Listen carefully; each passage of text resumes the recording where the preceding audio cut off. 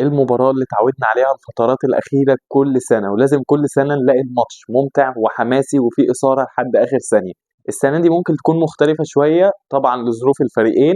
مانشستر سيتي بيمر بموسم ممكن يكون كارثي ليهم، وممكن يكون كارثي لجوارديولا وأسوأ الموسم لجوارديولا في تاريخه. على الناحية التانية بنلاقي مدريد ما بيقدمش نفس الموسم الكارثي، بس بيقدم موسم وحش جدا، وده ما كانش المتوقع منهم خالص قبل بدايه الموسم. لان انت بتتكلم، انت كنت جايب لاعب زي مبابي غير فينيسيوس وبيلينجهام ورودريجو اللي هم كانوا شغالين اصلا السنه اللي فاتت.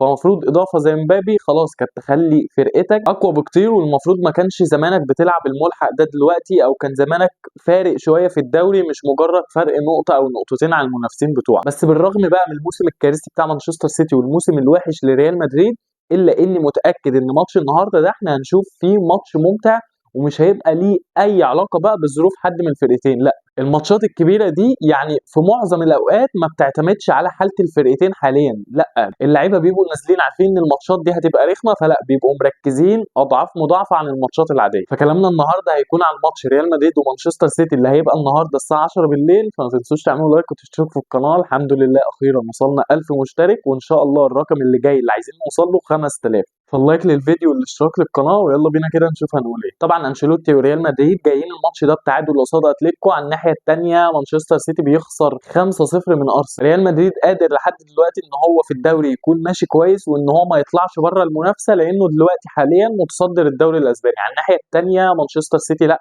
هو المركز الخامس في الدوري الانجليزي، ونقدر نقول ان هو بنسبه 80 او 90% كمان هو بره المنافسه عن الدوري الانجليزي. خلينا نتفق ان ريال مدريد عنده فرصه على الدوري زي ما هو عنده فرصه على دوري الابطال، انما الناحيه الثانيه مانشستر سيتي هيقاتلوا على الماتش ده لان هم ما عندهمش فرصه غير دوري الابطال. طيب تعالوا بقى كده نتكلم عن تاريخ مواجهات الفريقين. اصلا الفريقين لعبوا بعض 12 مره. مانشستر سيتي قدر ان هو يكسب 4 مرات، ريال مدريد قدر ان هو يكسب 3، وتعادلوا 5 مرات. مانشستر سيتي قدر يسجل في ريال مدريد 21 جون.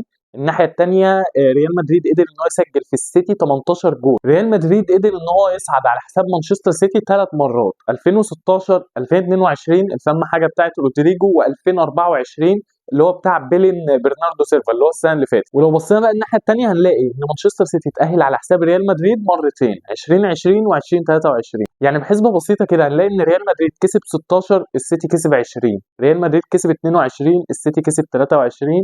ريال مدريد كسب 24. يبقى 25 مين اللي هيكسبها؟ طبعا مانشستر سيتي لو كسب ماتش السنه دي ده يبقى الكوره سكريبت يا باشا، واقفل التلفزيون وخلاص بقى، نبطل تشجيع كوره كلنا على كده، لان هي مش كل سنه واحد هيكسب، ما مفقوسه قوي يعني. طيب اتكلمنا عن تاريخ مواجهات الفريقين، تعالوا كده نتكلم عن تاريخ مواجهات جوارديولا بس مع ريال مدريد. جوارديولا لعب مع ريال مدريد 25 مباراه، ما بين برشلونه 15 مباراه، بايرن ميونخ 2، ومانشستر سيتي 8. قدر ان هو يكسب 17 ماتش، خسر 7 وتعادل 5. يعني من الواضح كده من الارقام دي ان جوارديولا متفوق تفوق كبير قوي على ريال مدريد. وبالمناسبه هو التفوق ده ما بين برشلونه ومانشستر سيتي، لان هو لاعب مع البايرن قصاد ريال مدريد ماتشين خسر الاثنين. يا عم جوارديولا هتفضل مكمل على ارقامك الحلوه دي قصاد ريال مدريد، وهتقدر ان انت تكسب بكره وتصعد على حسابهم الاسبوع الجاي ولا لا؟ طيب جوارديولا برضو قصاد ريال مدريد قدر ان هو يسجل 51 جون واستقبل 33 جون. اكبر نتيجه ما بين ريال مدريد ومانشستر سيتي مع بيب جوارديولا كانت سنه 23 لما السيتي كسب 4-0 على ريال مدريد.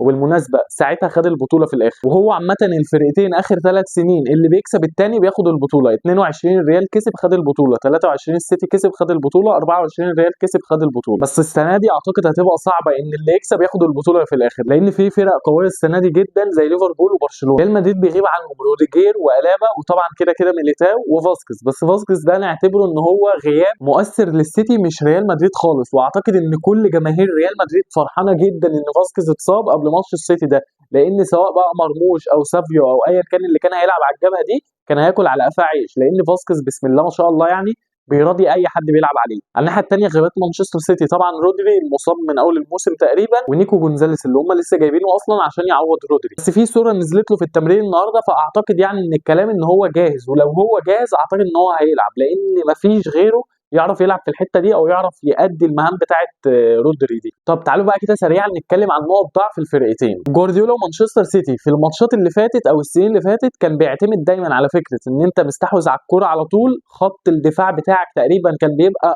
موجود على خط الوسط، معتمد بقى على رودري ووكر ان هم هيقدروا يوقفوا لك المرتدات بتاعه ريال مدريد. بس انت داخل ماتش النهارده ده من غير رودري المصاب ووكر طبعا اللي مشي، فان انت تلاعب ريال مدريد بالشكل ده، وخصوصا ان هم زاد عندهم سلاح تاني قوي جدا اللي هو مبابي، فان انت تلاعب ريال مدريد بالشكل ده انت هتكون بتنتحر رسميا، وخصوصا ان انت خط الوسط عندك ثغره وبيقدم ضحك الموسم ده.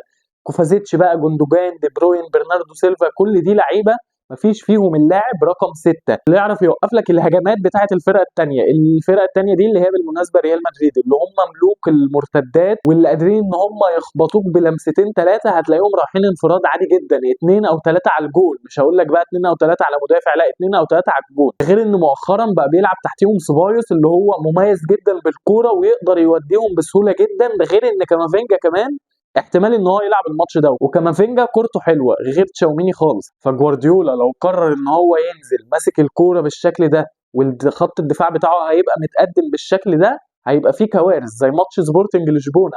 اللي شافوا ماتش سبورتنج لشبونه ده كان جيو كيراس مهاجم سبورتنج كان رايح تقريبا في الماتش ده 5 6 انفرادات. احنا بنتكلم ان دي سبورتنج لشبونه مهاجم واحد بس السريع اللي فيهم اللي ضربك طول الماتش حوالي 4 5 مرات، وشوف الفرقه عملت ايه ساعتها، خسروا تقريبا 4 من سبورتنج لشبونه، ما بالك بفرقه فيها مبابي وفينيسيوس ورودريجو. وانت يا عم جوارديولا ما عندكش خط وسط، هنقولها تاني، خط الوسط بتاعك ميت ومضروب بالنار باستثناء نيكو جونزاليس لو لعب، فانت خط الوسط بتاعك هيكون ميت ومش هيقدر يجاري سواء بقى سيبايوس او كامافينجا او حتى بلينجهام. طيب على الناحيه الثانيه نقطه ضعف ريال مدريد بالنسبه لي باستثناء طبعا تشاوميني اللي هو ثغره، وباستثناء خط دفاع ريال مدريد كله الموسم ده اللي هو ضحك.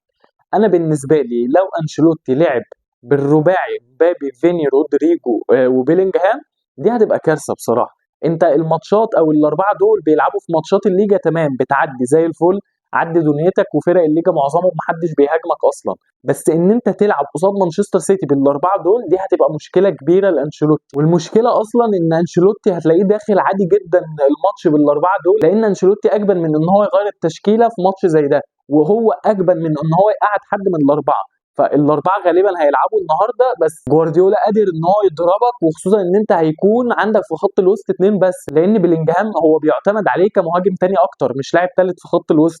فان انت تكون بتلعب السيتي ب2 بس في خط الوسط و4 مهاجمين منهم امبابي وفينيسيوس ما بيردوش بسرعه، دي هتبقى مشكله كبيره ليه. غير طبعا زي ما قلنا انت عندك واحد في الدفاع زي تشاوميني اللي هو ممكن هالاند او مرموش ياكلوا على قفاه عيش، وخصوصا اللي هيلعب تحت هالاند سواء مرموش او سواء دي بروين. ومن نقط قوه برضه ريال مدريد فكره فالفيردي اللي هيلعب حته اليمين دي، متهيألي كل جماهير ريال مدريد تقريبا هيبقوا مطمنين اكتر لوجود فالفيردي عن مكان هيلعب فاسكيز. وبرضه من نقط القوه عندك هتبقى راؤول اسينسيو، لاعب قوي جدا، لاعب سريع.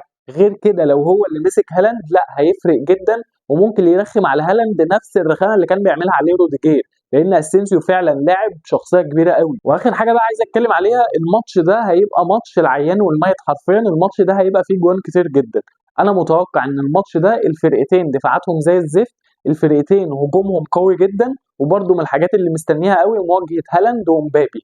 متهيألي اول مره يلعبوا بعض والاثنين في فرق كبيره قوي زي مانشستر سيتي وزي ريال مدريد. المواجهه دي برضو هتبقى مشوقه جدا لينا، ان احنا فكره هالاند ومبابي هيعملوا ايه قصاد بعض. فطبعا هالاند ومبابي بالدفاعات الفرقتين دول لا ممكن نلاقي جوان كتير جدا جدا في الماتش ده، وهيبقى ماتش حلو عامه للناس اللي هي ما بتشجعش حد من الفرقتين سواء ريال مدريد او مانشستر سيتي. احنا هنبقى بنتفرج على ماتش حلو قوي، هيبقى ماتش حاسس ان هو مفتوح وفيه جوان كتير قوي. وطبعا عمر مرموش ابننا اللي بتمنى بقى ان هو بدايه انطلاقته تبقى في ماتش النهارده ده قصاد ريال مدريد، هتبقى انطلاقه كبيره جدا وهتديله ثقه كبيره قوي قوي بصراحه، ان انت اول ماتش ليك تسجل فيه في دوري ابطال اوروبا قصاد ريال مدريد على ملعب الاتحاد، لا هتبقى بدايه قويه جدا جدا جدا. وانا بصراحه كان نفسي ان هو يلعب على فاسكيز الماتش ده، كان هياكل على قفاه عيش، وكنا ممكن نلاقيه يجيب جون او 2 او 3 كمان. وبس كده، ده كان كلامنا النهارده عن الماتش اللي هيتلعب الساعه 10 بالليل ما بين ريال مدريد ومانشستر سيتي. ما بين امبابي وما بين هالاند، ماتش عمر مرموش الاول في دوري ابطال اوروبا اللي هيبقى قصاد ريال مدريد. فطبعا انا كبرشلوني بشجع مانشستر سيتي عشان ابننا عمر مرموش طبعا، يعني مش عشان انا بكرههم او مش عشان عايزهم يطلعوا خالص، انا بشجع مانشستر سيتي